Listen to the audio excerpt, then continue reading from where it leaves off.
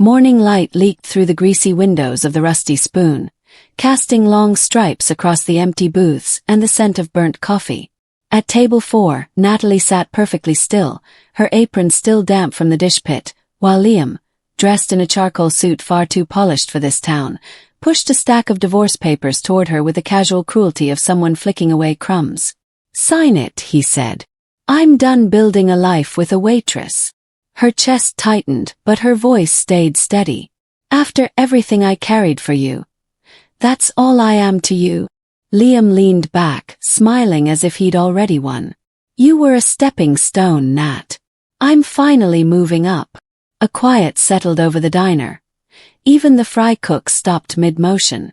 In that silence, something inside Natalie shifted, grief collapsing into a cold, decisive stillness. She picked up the cheap blue pen, turned it slowly between her fingers, and then wrote a name she had not spoken aloud in 3 years. Natalie Blackwood. Liam didn't understand what he had just unleashed, but the room did. The air changed. The story changed. And what follows, this signature will haunt him far longer than losing a marriage. Stay with the story, and subscribe to Canada's Heartfelt Tales for more gripping narratives that hit straight to the heart. The moment the pen left the page, the Rusty Spoon seemed to breathe differently. The clatter of forks, the soft shuffle of boots on old tile, everything dimmed, as if the diner itself sensed that 2 lives had just split apart forever. Liam stretched his shoulders, rolling his neck with the confidence of a man who believed he'd outgrown this place long before that signature. He didn't notice Natalie watching him with a gaze no longer wounded, but measuring. Precise, quiet, final. She rose from the booth, tying her apron tighter one last time, and returned to the counter to finish her shift. Not because she had to, because she wanted to mark this final hour as the closing of a chapter she had lived far too long. Liam strutted toward the door, pausing only to glance at his reflection in the glass. "You'll thank me someday," he said over his shoulder, the words dripping arrogance. Natalie didn't answer. The silence unsettled him more than he would ever admit. When he finally pushed through the door and disappeared into the wind outside, Natalie's breath steadied. A freedom she hadn't allowed herself to imagine bloomed in her chest, small at first, then bright. She reached into her apron pocket and pulled out a small, worn flip phone.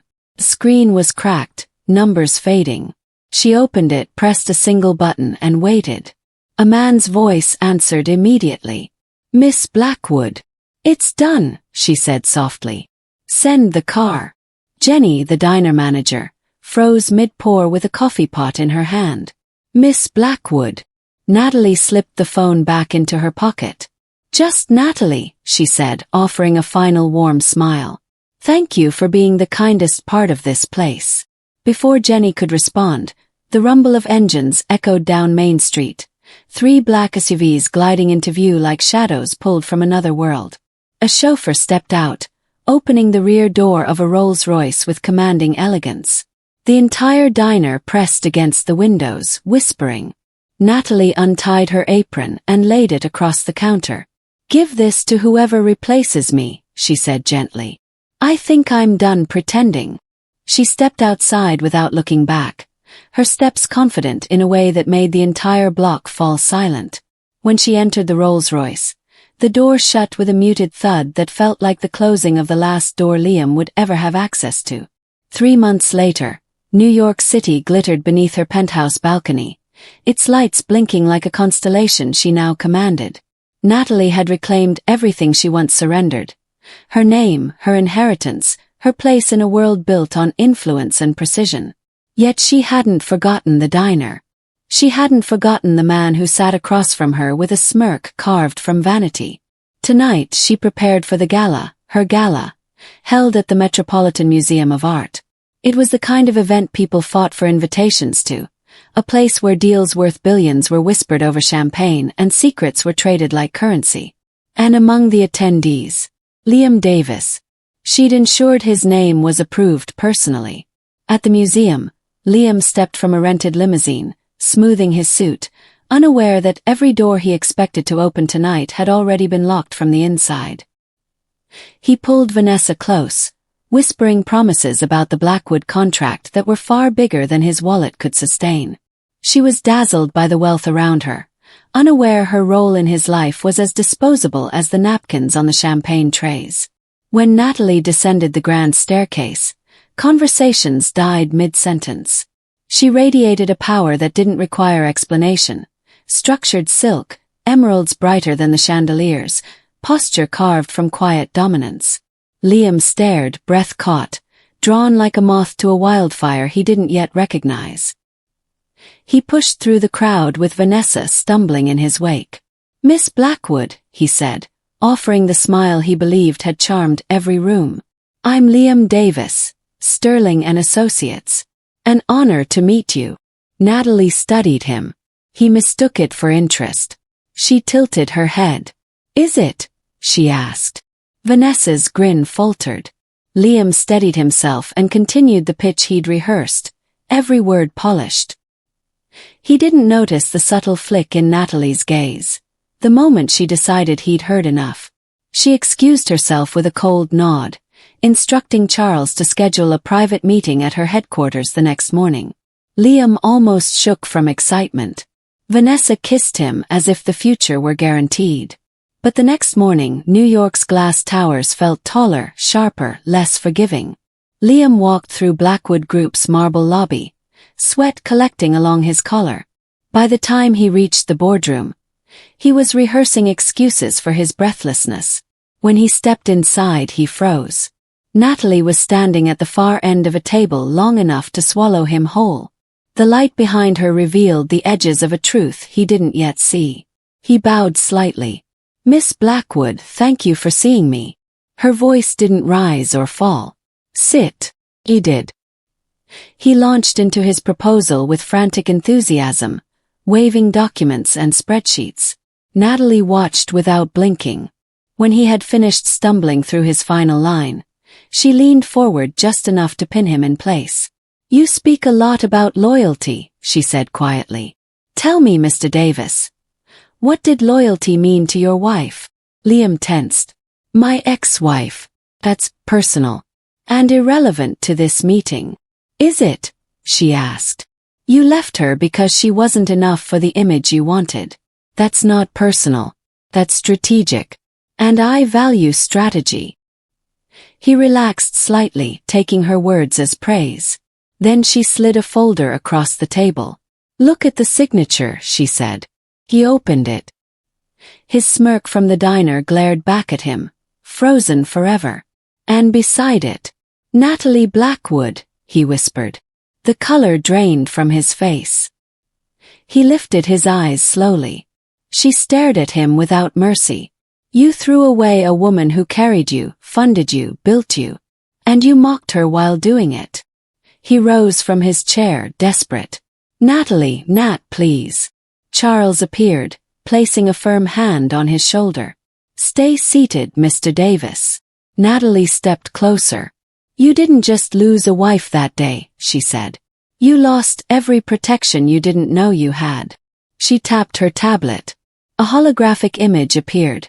Credit card debt, loan shark balances, overdue leases. Every reckless decision he'd made in the last few months hung above the table like a sentence. "I purchased all your debt this morning," she said.